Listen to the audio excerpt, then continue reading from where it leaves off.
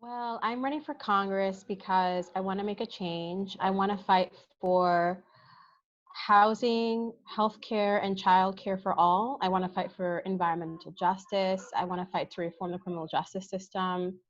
I'm fighting to take away the influence of big money in politics.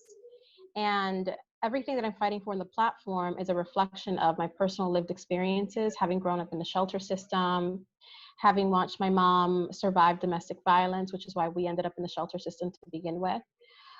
Watching her sometimes not have enough money for childcare, so she would pick me up from the sweatshop that she used to work at as a seamstress. No, I'm sorry, let me rewind. She would pick me up from my elementary school when there wasn't any money for a babysitter. And then she would pick me up from the school and then take me to the sweatshop where she used to work at as a seamstress so I can finish doing my homework while her shift was done. So then all these experiences that I saw my mom going through, like people in my community going through, motivated me to always fight for the underdog, to fight for social justice, to fight for transformation, to really try to create a space for people to be seen and for the most marginalized in our communities to have a real seat at the table. There's a housing crisis in this country, and right now, not having access to the basics, not having access to soap and running water and housing is a death sentence, especially in light of what we're experiencing with the coronavirus epidemic.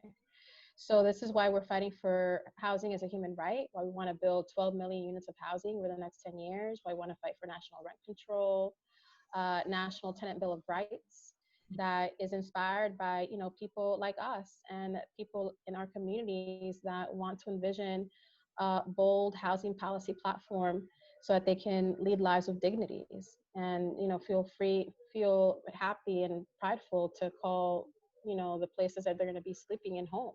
About myself is that I lead through listening. That's really important to me, and I feel like that's missing in our politics.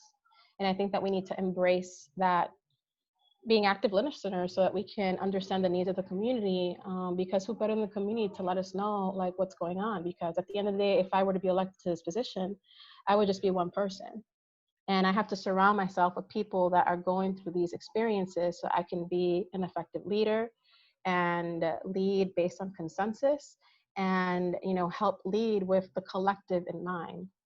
So that's why civic engagement is important to me, because it takes a village to make a difference. I love biking with a passion. So this is actually how I get around in the community. I have a bicycle, and it's really hard to travel from east to west in the Bronx because if you're taking public transportation, it takes like an hour and like 30 minutes. So with my bike, it takes me like 15, 20 minutes to get around.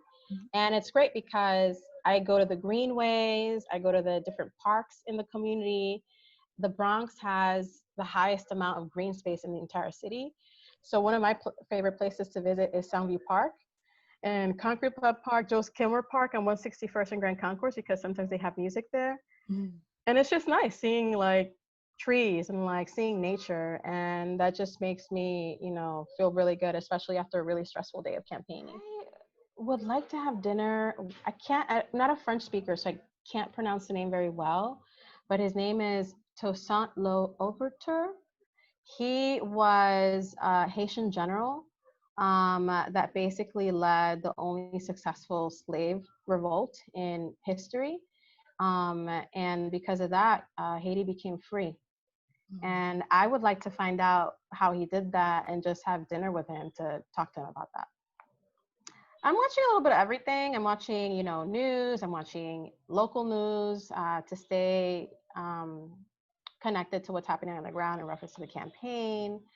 For entertainment, I'm watching like movies. There's this show that I really like. It's called Insecure. That's on HBO. It speaks to our daily experiences, here in the community, in the country. So sometimes I turn to that show to kind of like, de-stress. Like this season and last season, a big topic was mental illness and how to deal with that. And generally like female friendships, why that's important, and the different phases that friendships go through. And that's important in the community because if we don't have restorative justice, if we don't know how to treat each other, like this is when problems arise. And it's nice to kind of like see that, oh, wow, like I'm going through the same thing that this show is talking about, you know, like it's lead based on consensus, like getting people's input, figuring out what their lived experiences are, what their vision is for the community, and piecing it together.